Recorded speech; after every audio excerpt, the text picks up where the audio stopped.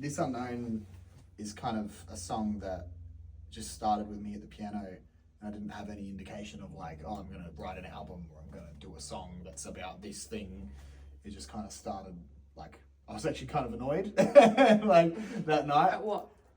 Jen and I had an argument. That's always like that, though. Yeah. That's why you sit alone at the thing. You're like, I gotta make something. I feel really. Yeah, I feel yeah. like I need to get something out. Oh, that's art, right? That's Yeah. self-expression. It's kind of it's the whole thing. But yeah, I was kind of just feeling a bit sort of frustrated. So I sat down at the piano and just hammered out some chords.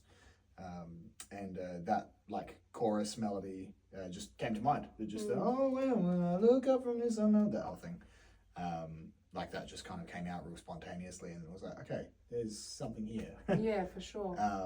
And so yeah, took it away. And what was funny was in the process of making it, like I felt like pretty early on I had cracked it. Like I think like within a couple of versions I was like, yep, this is done. You know, Comes out very natural. Yeah. And then I kind of was thinking about how I wanted to present the song and the art as a whole, and was just like, no, like my level of quality that I wanted to be able to hit was higher than that. You know, I didn't want to just settle for like, because what I've done in the past is like, I'll write songs and I'll, you know, like I love them. I think they're really cool. Yeah. But because I'm just doing it, because I'm doing it for me, like I'm just doing it because I want to, like I'll get in, record it, and like that's it, kind of job done. Whereas in this instance, like I started with that approach, and then I got to a point where I was like, this feels different. This feels like something that, not that what I've done before wasn't worth this kind of treatment, but this just for some reason. Yeah. It just felt like a development of my process and of my, you know, how I'm looking at my own music. You're like, there's something new here I could put in. Yeah. And so I actually had to, I think one of the, like, one of the versions I had in my cloud storage, like one of the working versions was like finished master, and that was like from late last year. It was not the finished master. Oh, when will I wake up from this unknown? All I wanna see is real life. Was that kind of cinematic almost? Yeah. 100% cinematic. That was an inspiration early on, I think. Like, I felt like there was a visual aspect to this song for some reason. Like I think actually naturally, your brain just. Yeah. I feel like there's an element of that in this track where there's maybe it's just because there's so much space. Like the thing feels like you can kind of put yourself in the track, like as a protagonist, like experiencing what's happening, all that kind of stuff. So yeah, there was definitely an awareness early on of there being like a visual element of the track, and that was before any music video, any visuals really came to mind. It was just like, this feels like it has a visual aspect for some reason. Like I don't know, where they just kind of launched out like that right from the get-go. Or early on anyway. Well, what would you like for that visual, if you can describe it in a sentence, what would that visual look like for you? And I'll tell you what it looks like for me for this song. Yeah, cool. What does the visual for this song look like for me in one sentence? I would say floating through space during the end of the world. That's what it gives to me. It gives me that vibe. Like, you're removed from this really catastrophic, crazy, disastrous situation, and you're just like far above it, just seeing this craziness go on. You're like, yeah, I'm out here, you know, and not indifferent, but like goodbye. Yeah. It's almost like you rather than be intimately involved in it, you've been removed. Yeah, you're observing it. You're removed from it. It's not necessarily that you're unemotional at all. Yeah, like a dream. Yeah, that's right. And I think there's kind of an element in this song of that anyway, thematically. Like the song is about like our relationship with technology and wanting to kind of wake up from the unknown of like interacting with an algorithm and with a media outlet that we have no control over, and that actually has more control over us than we might, like to think. And so it kind of, I think maybe in the most extreme and like dramatic way possible, that's why my brain goes there, because it's like, it has this like feeling of I'm completely out of control and I can't do much about it, so I'm just kind of floating through it, and there isn't necessarily an action tied to that yet. It's just the feeling of that, And it sounds so natural. The whole song feels so, it just flows. Yeah, thank you. It could really, For me, visually, I feel like I see you like playing the piano, looking kind of like down, but then you and the piano is sort of spinning and floating like above into the sky. Yeah. And then like it gets higher and higher, and to that peak crazy bit, things are going crazy around you, and then dun, and then you just like fall back into the ground. Yeah, there's definitely that feeling of like ascension is definitely something that comes to mind, I think, as well. Like, I mean, yeah, I was feeling like, you know, floating through space, like you like talking about like floating upwards and stuff. You know? It's like you're awakening up from this truth of you're like, oh my God, you know, sometimes you don't doom scroll. And then you're just like, oh my God, how long have I been doing that? Yeah. You're just like, bang, like, hang on. How did 45 minutes just go past and I accomplished nothing, did nothing, sat here and my brain was switched off the entire time, you know? Or like too on. Yeah. But like in the most dramatic and like divine way of experiencing that. And then like going really deep and being like, hold on, this is actually something I need to look into. Yeah. I love that. We utilize the utility of social media and technology in a very real way and in an inescapable way now. And a lot of the time we don't realize the impact of what we're doing to ourselves or our world around us until way later, until after it's happened, you know?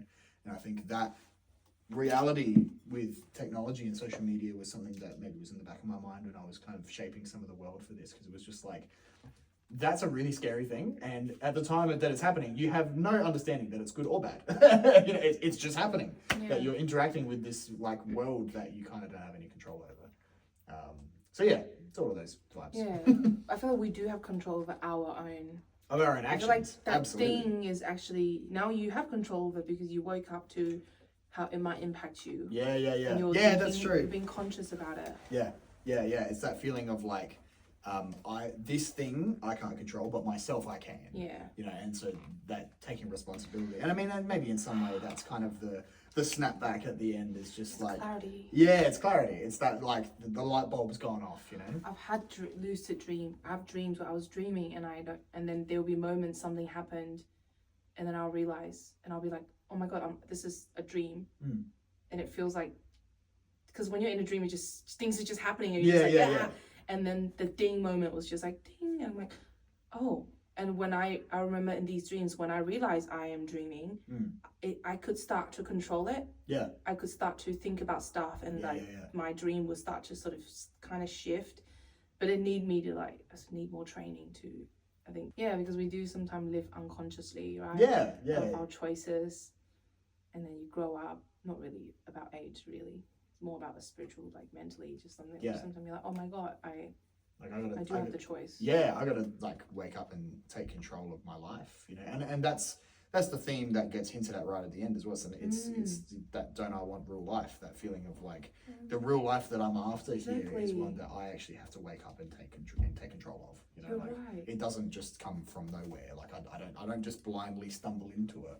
It's something I have to decide to do, and that involves like interacting with people. It involves building relationships. It involves being vulnerable. 100%. It involves, you know, I think it involves searching in a spiritual sense about where it is you're heading, and the big questions like why and what for and all that sort of stuff. And that stuff doesn't happen by accident. No. That's all stuff that requires effort and time. Even us, you know, sometimes, especially as artists, you feel like you really need to have a presence on social media and all of that. And it becomes such a big part of what you think the world is telling you. This is a massive part of being a successful person. But then really that's not really quite true. Yeah. Right? Well, there's things you can do in real life that is actually more reachable. Yeah, and it's the question of what does success actually mean? You know, is success about the numbers you generate on social media, the numbers you generate on streaming platforms? Is it about... Which could all be fake. Yeah, is it about, you know, even maybe to take it a step more towards reality, is it the amount of people that come to your show? Is it the amount of money in your bank account? Like, no, you know? Exactly. Like, yeah, sure, they're metrics for like how many people did we reach and how many blah, blah, blah, blah, that kind of stuff. They're metrics. Yeah, they're metrics. They're not success. No. Like, they are just a material picture of how something performed. And if that's your metric of success, then you either win or lose. And the goalposts for winning can change dramatically depending on what you're aiming for. Whereas if it's actually about your expression and about you choosing to take control of what you're doing in your life and not just float around, Yeah. You know, which we're all guilty of a lot of the time. That's kind of more the point. I think that's where the success is. It's in the journey. It's in who you become. It's like the priorities has got it all messed up. Like, it's not that it's not important, but it's not the most important thing. Yeah, I think one of the big words for me is faithfulness, and not necessarily only in the spiritual sense. I think the spiritual sense is a component of that, but there is a sense of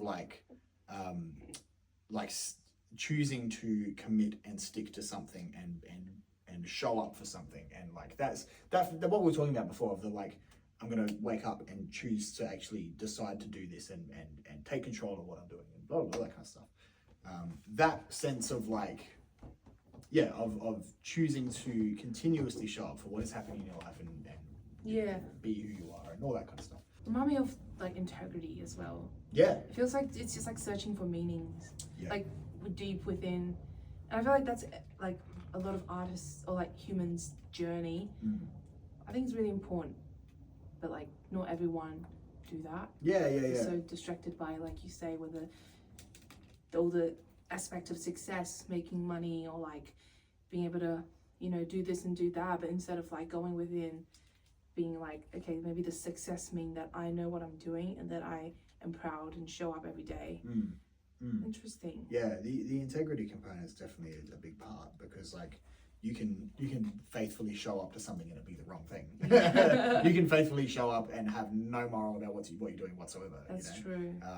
So the disconnect or what? Yeah. So there's definitely a connection between those two principles, and I think that's probably part of the theme of the whole record, is just that the idea of vulnerability, the idea of like choosing to be a human being, not choosing to be a product, not choosing to be just someone that like makes with no feeling, or makes with or lives with no awareness of their humanity, you know. And I don't mean that in a self-deprecating way or in a way that's like celebrating the worst of our humanity, as much as being aware of the good and the bad in our humanity, and choosing to still move forward and be able to understand where we stand in our own lives. That's so important, because that's also how someone can be truly happy. When they know, when they actually know something about themselves and what they're doing. Right at the beginning, when I first wrote this song and had the early demo down, I was like, this is gonna be like a single. Like I just, it had presence like from the get-go, you know. It does. It for some reason just stuck out to me, and then like even just working on the production and like being like, oh yeah, this is done, and then like I had to kind of stop myself and be like, this isn't done. Like I can do better. I don't remember that. It was like last year. Yeah, being like I was happy to accept it as finished, but then I realized that like, no, I can do more, I can do better, and this song feels like it requires something more of me. And yeah, like we were saying before, it required for me to go to that next level in my own ability, but also just in what I was able to offer, I guess. And it's actually really interesting, because I don't think a lot of people know how much emotional or physical effort go into making a song. Yeah. Because you hear the song and it sounds great, but I think from an ear of someone who don't make music, they might just hear like, this is a great song, and it feels so chill in most of the part, and it doesn't feel like there is so much going on the whole way. But like you said, it took you about a year to get the song to a place you like. When you, from where you're like, the song is finished, and then you're like, oh, it's not finished. Like what changed in that period of time that made you go like, no, there's more? Is there like a specific? There was a couple of things that happened. I felt like in my own reflection and prayer, I was like, I need to give more to this song and this project. Like I do feel like there was a spiritual aspect to it, of like, I needed to go further with this. It wasn't good enough, not good enough. It wasn't right to leave it in this like really simple, like kind of half-baked arrangement, and it wasn't half-baked, but it just wasn't what it could be. It's the production process is challenging though, and it's challenging for me in particular, because like I'm someone who has high standards. And that's good. It's a good thing. Listen to that song, like. Thank you. But what that also means is that when I'm working on my own, I can be very hermit crab and start hearing things that aren't there. And, you know, like there will be this has actually happened numerous times where I'll make changes to a song and I'll like be like, hey Jen, like have a listen to this. And she's literally asked me like, am I going to be able to hear the difference? And I think now that's like no. Yeah, well now that's like, it's a check for me of like, if she's asking that question, I probably should stop. Do you think part of that is also you went through some growth? Yeah. And then you're just like, oh. Definitely, yeah. There's more of an awareness in myself of the need to collaborate and bring other people into the process. You know, something that I think there's a common misconception about the tortured genius who does everything on their own. Yeah, You're like, you think of like, I agree with that. Yeah, you think of like, you know, Prince or, you know, Bowie. I agree with that. Sorry, yeah. Yeah, Bowie or whatever, you know, all the greats that could do everything, you know, they were able to take something from idea to completion, you know, almost without it passing through anybody else's hands. But the reality is that's just not true. Oh, so is that even true? No. Well, yeah, it's not. Yeah, it's not true. You know, like those guys had close collaborators that they relied on, that they spoke to regularly. That, you know, even if it was only a very small group of people. You know, like one of my favorite examples is, as much as Prince, you know, was a genius when it came to doing, you know, a lot of his most popular work in the 80s, he was working with the same engineer or engineers, I think maybe one in particular, for that entire period. You know, he had the same backing band for almost that entire period. It wasn't that they were doing it, like it wasn't like because of them that he had the success necessarily, but he needed them around him. He needed the team that he trusted, the people that he trusted to be his family in a way around the music that he was making. And in a similar way, I think, yeah, no one can just go that road completely alone. Creativity does not allow that. And it's unnecessary. Yeah, it do is. That. It's out of ego. Yeah. I have friends who just want to do everything on their own, and it's like at some point it's not even fun anymore. No, it's not. Like, why? Also, like, if you bring someone else, like, if it's the right person, I need to collaborate more. I need to be more open with my process. I need to bring more people into my process. Because just because I can do it on my own doesn't mean I should. It actually, a lot of the time, ends up meaning that if I don't bring more people into the process, the project suffers. The works actually suffer. And you suffer. Yeah, that's right. Yeah, and then I suffer because I suffer. Yeah, well, because you just go around in circles, you know, like you just end up not actually doing what it is you intend to do because you get lost in the many, many decisions you have to make in a creative process. Pardon me. So yeah, there was an awareness early on of like, I need to collaborate more. And so like on This Unknown, there is actually like, there is a couple of people on the track, like apart from me, there's obviously Jen is singing in a couple of spots, which is cool. And then Sam Coleman, a friend of mine, plays some live drums towards the end as well, which are kind of like mixed in with the, you know, arrangement that's going bananas. So you kind of get like just these hectic live drum layers that I thought he'd be able to kind of come up with some cool parts, which he did. They're kind of, instead of giving me one drum take, he recorded multiple drum parts that all kind of interlocked. So there's like a floor tom part, there's like a full kit, like drum beat, there's like cymbals and stuff, and they're all kind of interlocking in a really interesting way. So yeah, there was a cool drum arrangement that happened there. And even just like showing people the music as I've been working on it. I know that sounds like a really small thing, but like in the past I've like shown people nothing until I'm like, yeah, it's done, you know? Whereas with this time around, it was like, it was that feeling of like, no, like I'm, you know, I want to be able to have the work informed by people's voices that I trust. That I think that's really important. You have to trust these people. Yes. I've shown in the past like my song to friends, and then the reaction was just like underwhelming. Or I'm just like, why am I asking this girl who knew nothing about music making? Yeah. And them giving me some advice that's like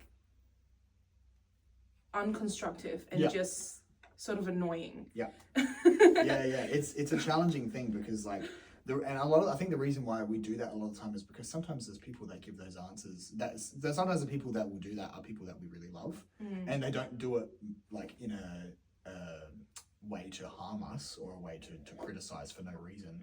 It's actually more that they just don't necessarily have the don't know what they're talking about. Yeah, it's whether it's musical ability or musical knowledge or creative knowledge or creative ability, whatever it might be, to interact with it on the level that we need them to. Definitely. You know, for instance, there's been times where I've worked on music with artists and stuff where it's been, you know, very much in demo state. So things have been rough. Like the mix is not there at all. You know, like just we've thrown drum beats at it, or I've played a random guitar take, or like the vocals real loose because we just did a one take scratchy or whatever. And I've gone to like, you know, I'll be hanging out with a friend or something, I'll be like, what have you been working on? And I'll like show them some stuff, and they're like, oh yeah, cool. And I can tell that it's like, oh yeah, cool, because they don't like it, you know. And that's like, you know, that's fine, but they say that because they don't have the awareness necessarily, and it's not a slight on them. They just don't know. Yeah, that's right. I don't expect them to know what they don't know. But yeah, there's something about that process where you need to bring people in that can go, okay, I can see the vision you're aiming for. I can hear the end result you're wanting. Yeah, that feels good. Yeah. And so like, what needs to happen at this point to get there? Not like not people that hear that and go, oh, really? Like, well, how about this bit? You're like, I told you it's a demo. Right, he doesn't know what that means. Yeah. And again, I don't say that with any malice at all. It's just that some people just don't understand that because they don't have they're not creative in that sense where they get that there's some stuff that is very much rough and ideas because we haven't got to that finish line yet. It's like cooking a dish for someone who doesn't have a good palate, you know, and you're like, oh, can you taste the spicy mango? And they're like, yeah, whatever. And then every day they just, I think that's a really good advice for any like new creatives. Like, because I think sometimes, especially when you're a new creative and you go to the wrong people, the wrong people for advice, it can really crush someone. Yeah, it can be really discouraging. Would you just tell the camera, just like in one sentence about that advice? You'd be like, don't choose carefully who you show to someone. Yeah. Choose your collaborators very wisely. When you share your music with anybody at any stage, but especially in the idea demo stage, be very careful who you show. Because it can be really demoralizing and discouraging if the people you're showing don't have the ability to interact with it on a creative level. Even sometimes as a fellow creative, it can actually be like you can hear the vision of what they're aiming for. You may not necessarily know what that needs yet on how to get it to that next step. Sometimes it's actually more about sharing it. Like, this is something I've actually observed over the past 12 months or so. It's like when I've played something I've worked on that has not heard it at all up to that point, I hear it differently. I don't know if you've experienced that before. Like when you play one of your own songs, you know, like a song you're working on or whatever, to someone who's hearing it for the first time, like I feel like I'm listening to it for the first time, which is really bizarre. It's purely a mental thing. Like it's obviously it's not the first time I've heard it. It feels weirder. It's more nervous. Nerve-wracking. Definitely. There's that feeling of like, is this gonna be like, are they gonna like it? Because I am a collaborator. I don't play a lot of these instruments. So whenever I make music, you get to hear it first. So often your advice for me is good enough. Yeah, sure. And then we play it with the band, so Callum and whoever, then their reaction would tell me this is the right track. And I think it comes to a pace where I'm like, if I like it, then that's good enough. That's enough. Yeah, and that is any details you can tell me. Yeah. You gotta tell me what any details needs. Well, that's the nature of being a producer. You know, I think a good producer should be able to fill in the blanks for you. You know? To hear what your artistic vision is, and then facilitate that. You know, be like, if you're aiming to tell this story, or to say this thing, or exist in this space, or you know, have this particular style of music that you're wanting, whatever the heart behind it is, whatever the vision is, to see that.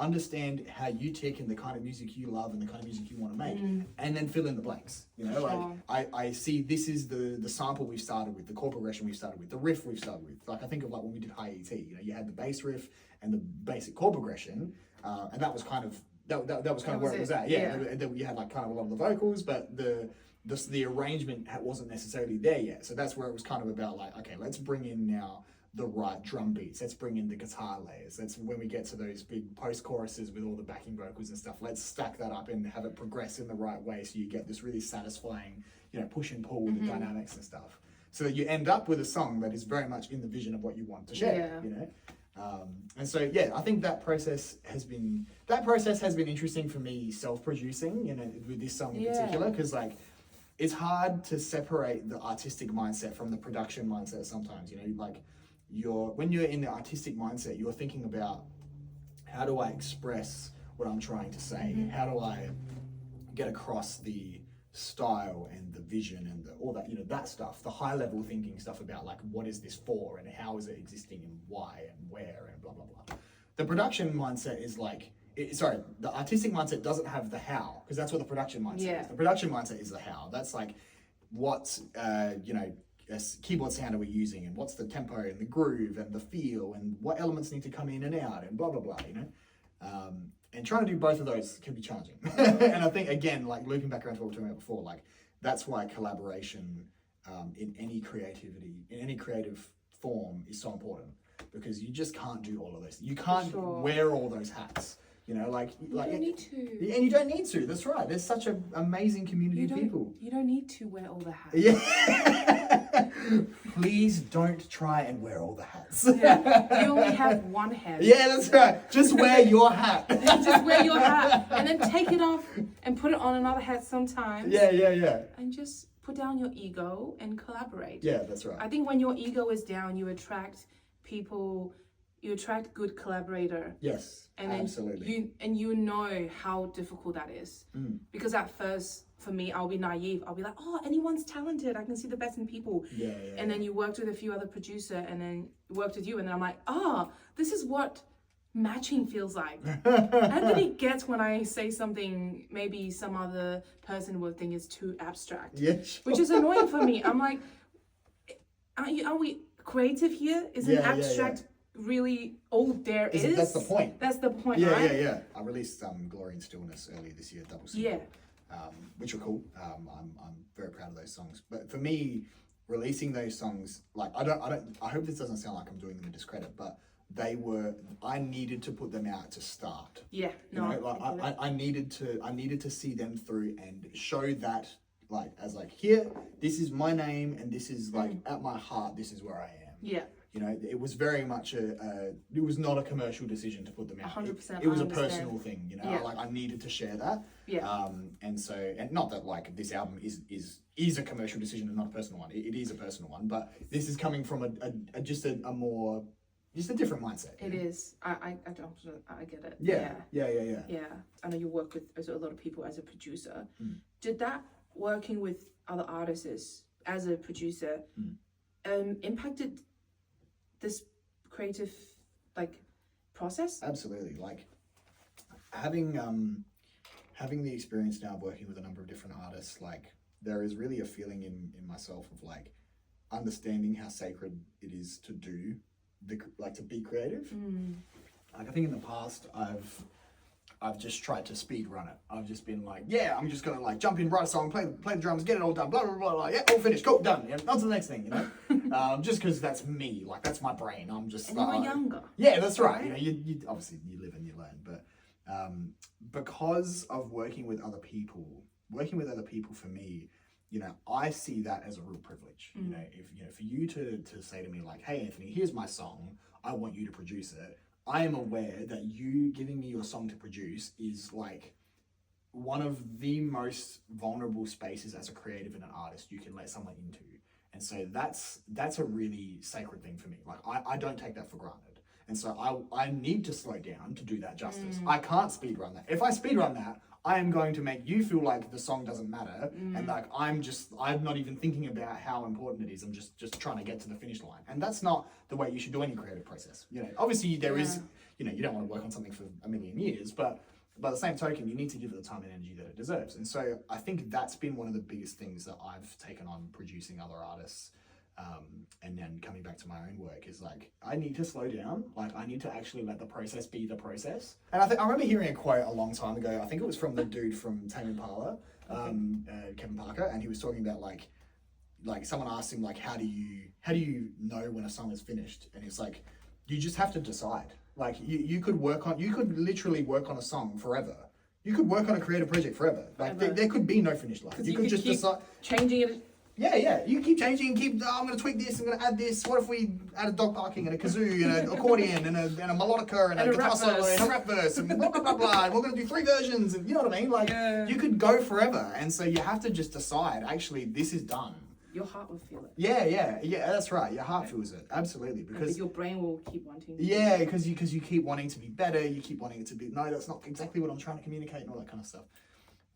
It's always a fine line. It's a balancing act. Agree. I think with this stuff as well, something that I have had to be careful of is that art is self-expression, right? And the thing that's dangerous with that is that art gets made or written, maybe more accurately, and then produced over a period of time, but especially written, at one point in time.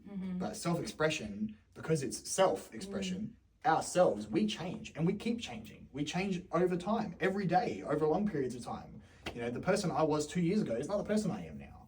And so the problem becomes when something takes on a really long gestation period, a really long creation time, you get so far down the line, and the person you were when you wrote it is not the person you are when you're still making it. And so the resonance of making it is different now, and that can be a bad thing because it can mean that now you're trying to map an old work to a new line of thinking, and that has production implications. It can have songwriting implications. It can have all sorts of implications. So there really has to be an awareness of it's not just about like, you know, speed run to the end. It's also not just about let the process take forever and never finish anything. There has to be a balance. You have to be able to kind of see, well, I've had to be able to see maybe more accurately, like how I can be a perfectionist, and so I have to balance that out and just kind of pull myself forward. Not rush it, but not drag it. Yeah. There is a balance 100%. There that's so needed. You know. I feel like for me, I had to learn is acceptance. Yes. Absolutely. Because that's when in the past, a lot of artists, they would say, when would I write a song I finally enjoy? Yeah. And I realized you gotta accept, sometimes the songs come out and that's just that. And I just have to accept that is the song. And if I want to talk about something else, I can write another song. I have to accept that's the word that come out. Of course, I can we can change it. Yeah. But sometimes don't you feel like the first few take is when it's the most authentic? Absolutely, because it's the closest and the truest to who you were. Who you were at the time that you wrote the song. Yeah. You know, the further along the line you get, the more different you are. And so the more different the work is. And sometimes that's a good thing. Sometimes you need space and distance and time, because sometimes I felt like this before, where I've stumbled upon something that I'm not ready to talk about yet, but it's just come out creatively, and I'm like, okay, I wasn't ready for that. Yeah. You know? And then you release a song, you're like, okay. Yeah. How do I deal with this? You know, and so there's. But you'll be ready when you need to perform it, right? Yeah, well, I hope so. Yeah, you're gonna have to. Yeah, I'm gonna have to be. Yeah, that's right. I think that's something that's like maybe people who are not who just listen to music might not fully like am aware is how vulnerable it actually is to release a song. Yeah. I feel like the world almost feed into this narrative of like, oh it's you're doing someone a favor by listening to their music, where the artist will be grateful for you, but you gotta know like this is actually we are actually servicing people when we release music into the world of our story that's really hard to tell, because there must be a reason. There's a reason that you can't explain, right? And it's beyond just like trying to be famous or like trying to get certain stream. I think there's so much more to it. Yeah, and like kind of I guess looping back around to where we started with like the themes of the song, but I think because of the impact and the like how much everybody uses and relies on social media, we just forget how much we just need self-expression. And so there's kind of this like this feedback loop of like, I want, like you start out with pure intentions of like, I want to make something that I really love that is an expression of where I'm at and who I am and all the rest of it. And then once it reaches a certain point where it's ready to be promoted, it's ready to be a product, which that's not even a bad thing. But once it reaches that point, we can get lost and we can get stuck in a feedback loop of like, I need to achieve this amount of numbers, but to achieve this amount of numbers, it means I'm going to make this amount of money, which is with Spotify is usually nothing. Which means I need to go out. I need to go out and play these shows, and that way I'm going to have enough money to start again, and then I can go do this thing, and I can be better, and I can go blah blah blah. And you kind of just you're on a hamster wheel. You're not actually going to achieve the self-expression that you started out with, that you actually want. You do it at the start, but then you lose it over time. You know.